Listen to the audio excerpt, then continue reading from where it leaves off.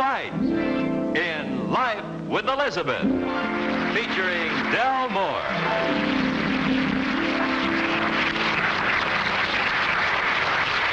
Incident number 1 in the life of Elizabeth occurred when she went to the drugstore. And when you go to the drugstore, what do you bring home? Books, naturally. Elizabeth. It's only me. How are you tonight? Frightened? What's that, a mystery story? Well, if it scares you, why don't you call Alvin in to protect you? Alvin? Hi, honey, did you call me? Why don't you read in here with me, darling? Because I'm reading a very good mystery story, and you have a nasty little habit of interrupting while I'm trying to concentrate. I won't talk, unless I want you to explain something to me. You're so smart. Have you noticed that too, dear? Oh,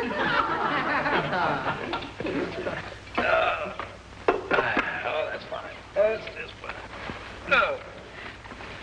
Oh, hey. Comfy? Mm-hmm.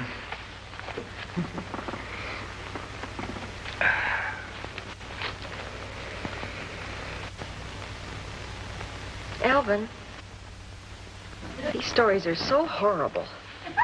Somebody's head just rolled down the stairs. Listen to this. There was a deathly stillness in the house. When the head rolled to the bottom of the staircase, it slowly opened its eyes and said, "My feet. Where are my feet? I've been defeated." Don't bother me with your head. I've got a ghost over here that's wandering around throwing poison darts at people. Ugh. What's the matter, another head? No, a fly got caught between the pages. You know, it's funny how they try to build up the suspense, isn't it? The house is always deathly still. You ever notice? Yeah. And it's always nighttime. Like now. They kill me with this stuff. Hey, listen to this. As the fog rolled in, it enveloped the house like a sinister shroud. The two of them sat on the couch. Just like us. And what should have been a happy scene was filled with the foreboding of doom. They had no enemies that they knew of, and yet there was that mysterious noise that kept repeating like a heartbeat. Heartbeat? She didn't want him to know that she was frightened, and even he felt a coldness around his heart. Shall I turn on the radio, dear? Broken. Oh. That was pretty clever, the way they built up the suspense. Yeah. Of course, the house is always way out in the country. Isn't it? This one's in Manhattan. What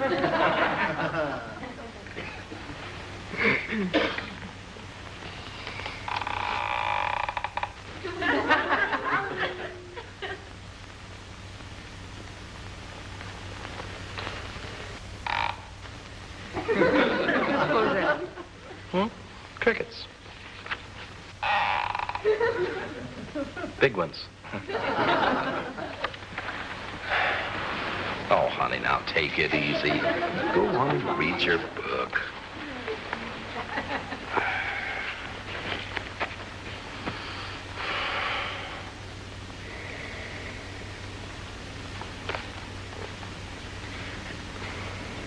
Alvin, isn't the house awfully quiet? Elizabeth, it's supposed to be quiet. It's late. Look, honey, for goodness sake, now don't let a couple of little murder mysteries get you so upset. After all, I'm here. I know. Darling, I know I'm being positively ridiculous, but will you lock the front door? Oh, now, Elizabeth, don't get carried. All right, sweetie, of course I will.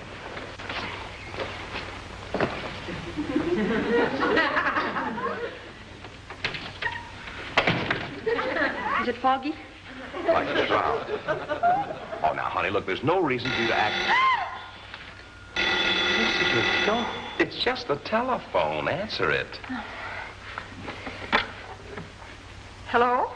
Charlie, Hello? Hello? Helen, there's nobody on the line. Well, it's just one of those things. Probably my girlfriend. I always tell her if a woman answers, hang up.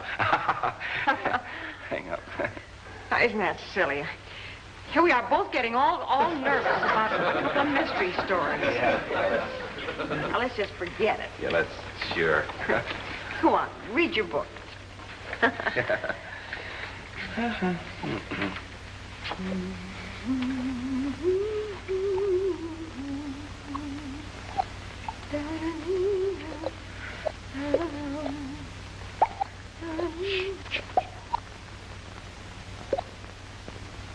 Sure. Like a heartbeat. Misses a beat every now and then. Oh, I'm scared. Now, take it easy. It's coming from in there. Go and investigate it, honey. You don't really think it's a heartbeat, do you? Go see what it is. If you think I'm going to go in there, you're crazy. Are you afraid? Yes. Well, I'll do it.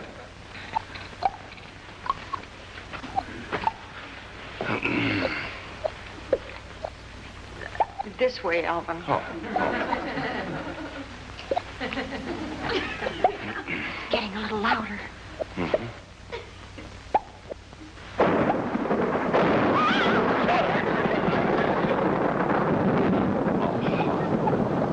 Don't be ridiculous. It's just a thunderstorm. Maybe it's a head rolling down the stairs. Oh, now don't be silly. That's a heartbeat.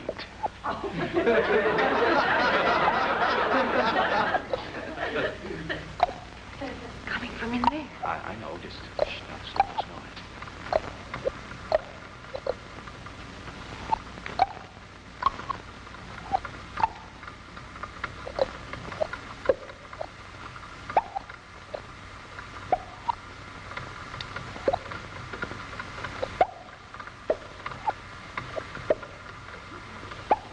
Honey. Here's your heartbeat.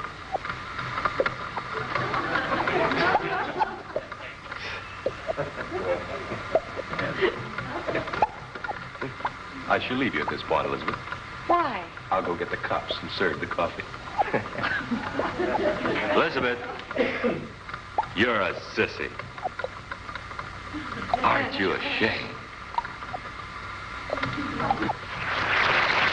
you very much, ladies and gentlemen. Thank you. And in just a moment, we'll bring you incident number 2 in Life with Elizabeth. Incident number 2 in the life of Elizabeth involves another Sunday afternoon on the front porch watching the neighbors. I believe you've already met Mrs. Skinridge, who lives next door. But I wonder if you know that a new neighbor has just moved in across the street. Of course, there's nothing unusual in that, except that Mr. Jack Boniface just happens to be very tall, very handsome, and very apt to make a husband jealous. I'm whittling and whistling all day long. I'm whistling and whistling all day long. Now, the lunch dishes are all done. We can just kind of... Well, howdy, partner. Mind helping us set a spell? No, ma'am. Pull up a chair and set a spell. Thank you kindly. Oh, I can't spell very good, but I sure can set. I'm one of the early settlers myself. Oh, it's a nice view out here. Mighty clear picture. Yep. Trouble is, there's only one channel. Yeah, but look at the size of the screen. You're a real character. Honey, say hello to Mrs. Skinridge. Oh, she got her gossipy old head over the fence again. Hello, you old bat. Alvin says, how's your cat? Please, she still owes me a cup of sugar. Well, don't look so worried, honey. She's only a neighbor. Neighbors are very important. Besides, she's a real power in the neighborhood. She can have your library card revoked just like that. Hey, aren't you the one who told me the less you have to do with your neighbors, the better off you are? Well, I may have said that once, but I've changed my mind. Why? Oh, I've just changed my mind, that's all. What are you working on? Oh, Slingshot. That a beauty? I haven't seen one of these since I was a kid. Alvin, put that down. Oh, give me just one shot, honey. Look at this. Alvin, give me that slingshot. Oh, honey. All right. You're not holding it right. We need some rocks. I'll get them. They have to be roundies, no flatsies or jaggities. Here's a pebble, see?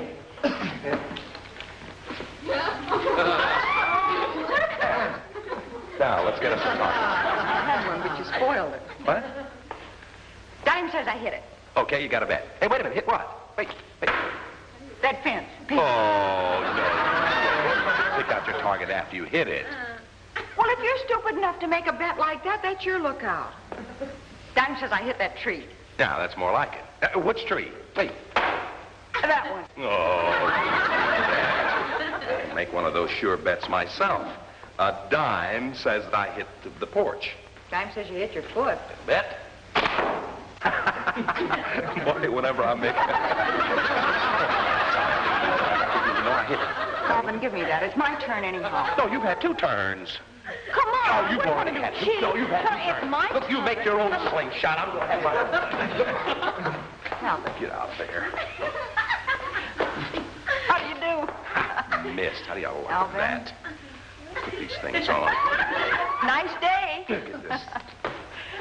Try this. Alvin, will you stop making a spectacle of yourself? What are you talking about? I'm holding it just the way you told me to. Yeah, well, why don't Get you this thing going go quick. in the house? I think I hear the potatoes ringing. Phone's boiling over. What's so fascinating across the street? Nothing. It's just our new neighbor.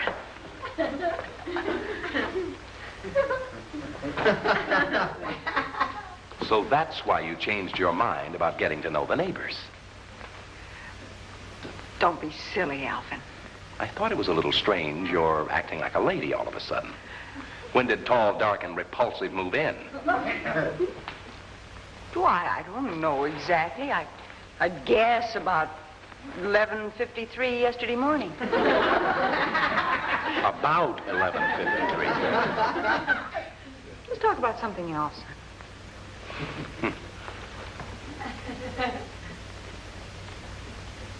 Spread it on a little thicker, Elizabeth. You can't see it from across the street.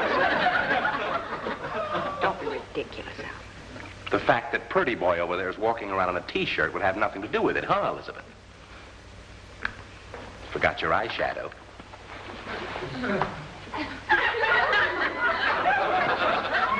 Posing will get you nowhere, Elizabeth. He's washing his car. I'm not posing. Just that he's new in the neighborhood, and I just don't want him to think that all we do is go leaping around the lawn with slingshots.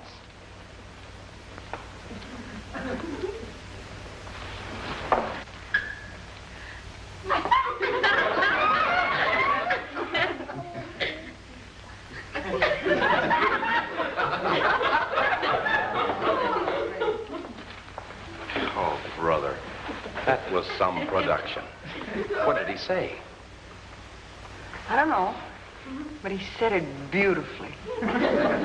Well, let's go inside. It's getting a little cold out here. Sure it isn't getting jealous out here? Jealous? Who of what? You of him. I never get jealous, and you know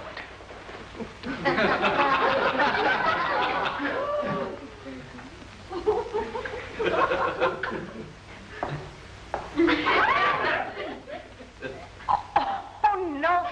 There's my husband. My father's a much older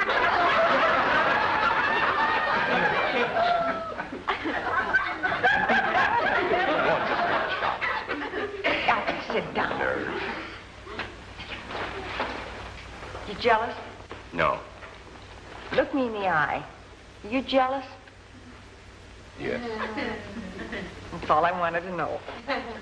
Dime says I hit the tin can. Honey, wait a minute. He's watching, honey. So what? He served his purpose. Dime says I hit the tin can. Which one? That one. Dime says I got a kiss. Which kiss? This one. Hey.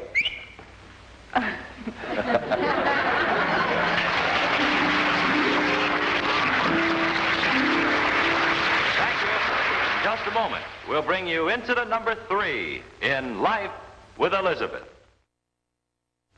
Incident number 3 in the life of Elizabeth occurred the day the car was being repaired down at Elmer's garage. If we hurry, maybe we can catch Elizabeth and Alvin before they have to go down and get it. Did you find the number yet, honey? Honey, there's no listing for Elmer's garage. Well, it wouldn't be listed like that. He thinks of himself as a doctor when it comes to working on cars. Doctor?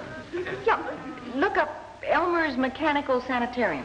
You must be kidding. No, I'm not. To Elmer, each car he works on is like a patient. To Elmer's Horsepower Hospital. Oh, wait a minute. Elmer's Car Clinic. Where are you going? This I've got to see. Oh, don't forget. Now, he's very sensitive. And sometimes he even cries. Yeah, he cries. Yes, I know. He does cry. Where do I I'm get a not hold of that beat?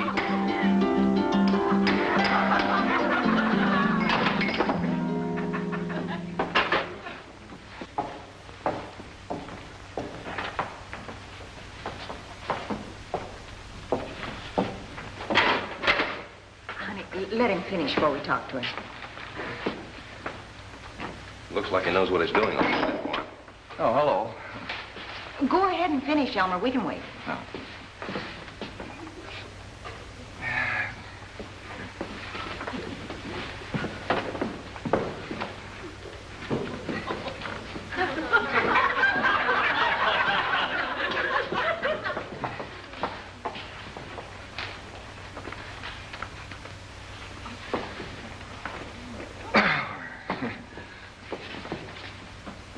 Help him, honey. Sure.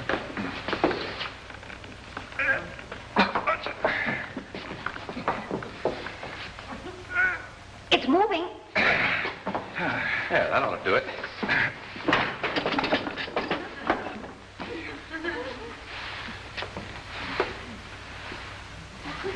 Most unsanitary doctor I've ever seen. Well, look at the hospital they gave him to work in. Care for an olive? You mean this Look at the size of the can opener. Oh! Hasn't he ever heard of soap? Alvin. Elmer, this is my husband, Alvin. Oh, how do you do? How do you... Here. Looks like you struck oil. Elmer, I'll take over from here. My wife, the clown over there, brought our car in to have the horn fixed. The horn wasn't exactly broken. It was just indifferent. It didn't give a hoot. Will you please be quiet, Elizabeth? Now, look, Elmer, Look, if you'll stop popping those olives in your mouth like a machine gun, I'd like to talk to you for a minute. You know, what worries me is what's he doing with the seeds? Is the horn fixed, Elmer? Yeah, sure. Black olives.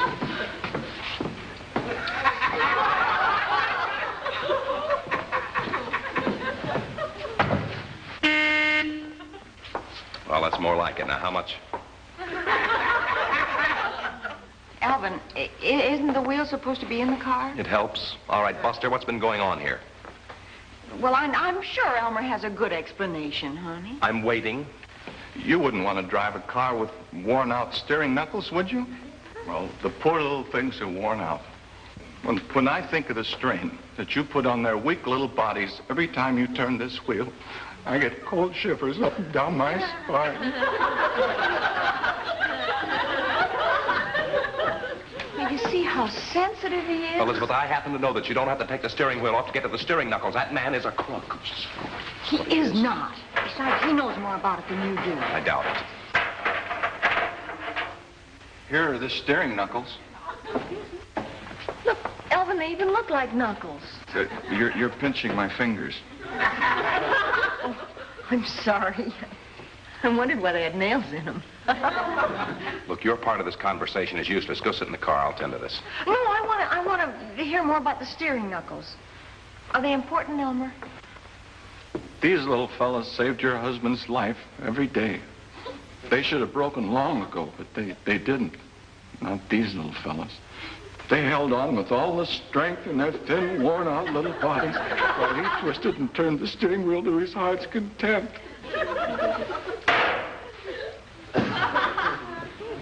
You ought to be ashamed of yourself. Me too. He won't do it again, Elmer. Elmer? Elmer. Elmer? Elmer!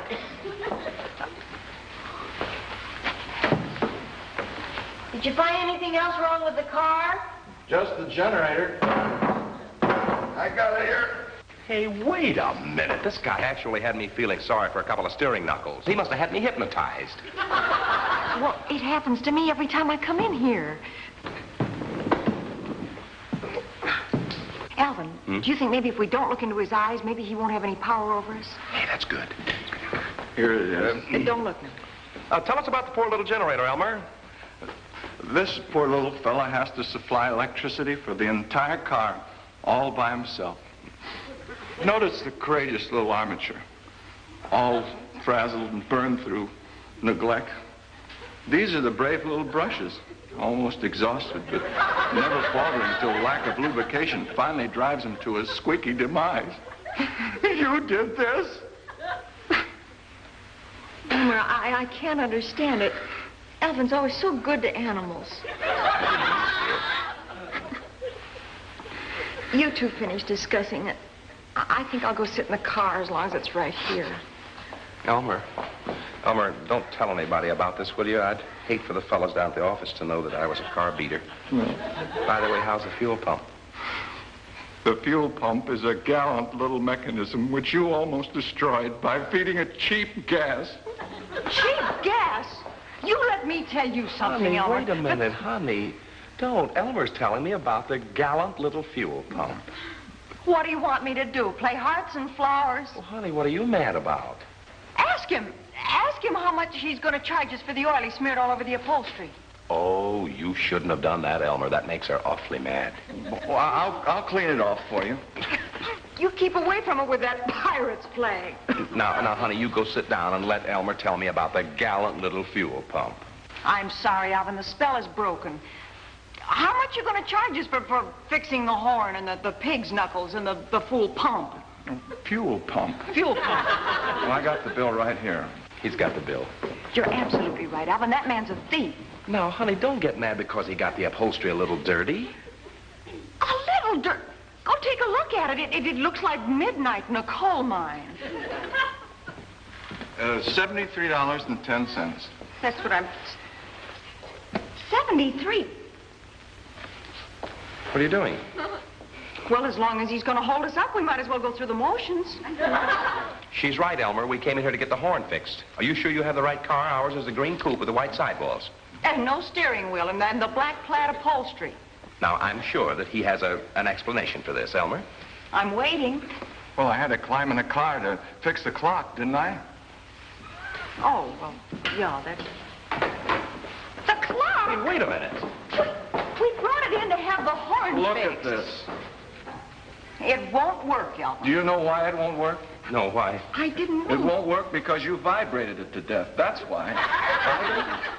This little thing sits in the middle of your dashboard trying to tell you what time it is. And what do?